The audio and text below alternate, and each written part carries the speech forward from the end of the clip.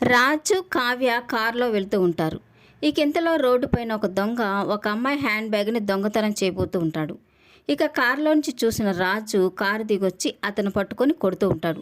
పట్టపగలే దొంగతనం చేస్తున్నావా అని అంటుంటే, అసలు మీరెవరండి అని రాజుని అడుగుతుంటాడు అతను. రాజు అయితే నేను పోలీసుని అని చెప్పడంతో అతనైతే నవ్వుతూ, ఈ విషయం పోలీసులకి చెప్పకండి, నాకంటే ముందు మిమ్మల్ని అరెస్ట్ చేస్తారు అని అంటుంటాడు.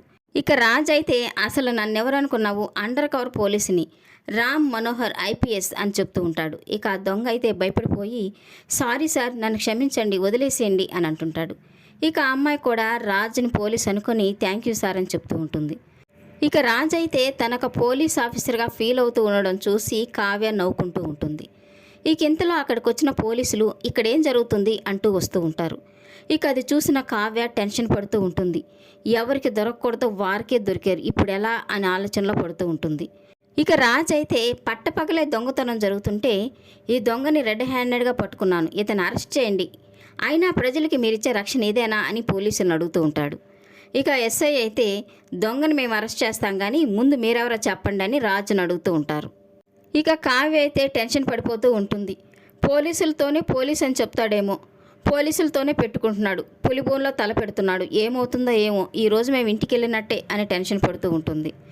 రాజ్ అయితే అసలు నన్ను ఎవరు అనుకున్నారు, సీక్రెట్ ఏజెంట్ని, రామ్ మనోహర్ని అని రాజ్ చెప్తూ ఉంటే, పోలీస్ అయితే అండర్ కవర్లో వర్క్ చేసేవాళ్ళు ఎవరు ఇంత పబ్లిక్గా చెప్పుకోరే అని అడుగుతూ ఉంటాడు. అవును ఎస్ఐ గారు, చెప్పుకోరు, కానీ నేను చెప్పుకుంటున్నాను, అదే నా స్పెషాలిటీ అని చెప్పి ఎస్ఐ జేబులో ఉన్న గన్ను తీసుకొని గిరగిరా తిప్పుతూ, గన్ను ఎప్పుడు లోడ్ చేసుకొని జేబులో పెట్టుకోకూడదు ఎస్ఐ గారు, ప్రాబ్లం అవుతుంది అని చెప్తూ ఉంటాడు.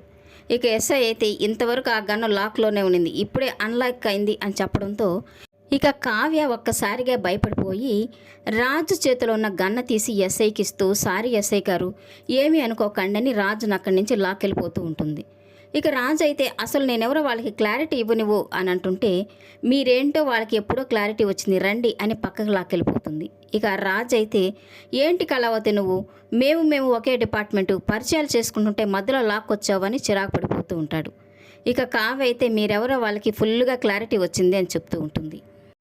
రాజు అయితే నేను సీక్రెట్ ఏజెంట్నని వాళ్ళకి క్లారిటీ వచ్చేసిందా అని అంటుంటాడు. కావ్య అయితే మీరేదో చెప్తున్నారని నేను నవ్వుకున్నాను, మీరు పోలీస్ ఏజెంట్ కాదు కదా, ఇన్సూరెన్స్ ఏజెంట్ కూడా కాదు అని చెప్తూ ఉంటుంది. ఆ మాటతో రాజు ఒక్కసారిగా షాక్ అయిపోతూ, ఏంటండి కళావతి మీరు చెప్పేది, నేను పోలీసునని ఫీల్ అయిపోయి అంత బిల్డప్ ఇస్తుంటే చూస్తూ ఊరుకున్నారా, ఆ గన్ను పేలి బుల్లెట్ నా గుండెల్లో దిగింటే ఏమైండేది అని భయపడుతూ అంటూ ఉంటాడు. కావ్య అయితే మరీ అంత ఓవర్ యాక్షన్ ఎవరు చేయమన్నారు అని అడుగుతూ ఉంటుంది. ఈ వీడియో నచ్చినట్లయితే లైక్ చేయండి, సబ్స్క్రైబ్ చేయండి. Thank you for watching.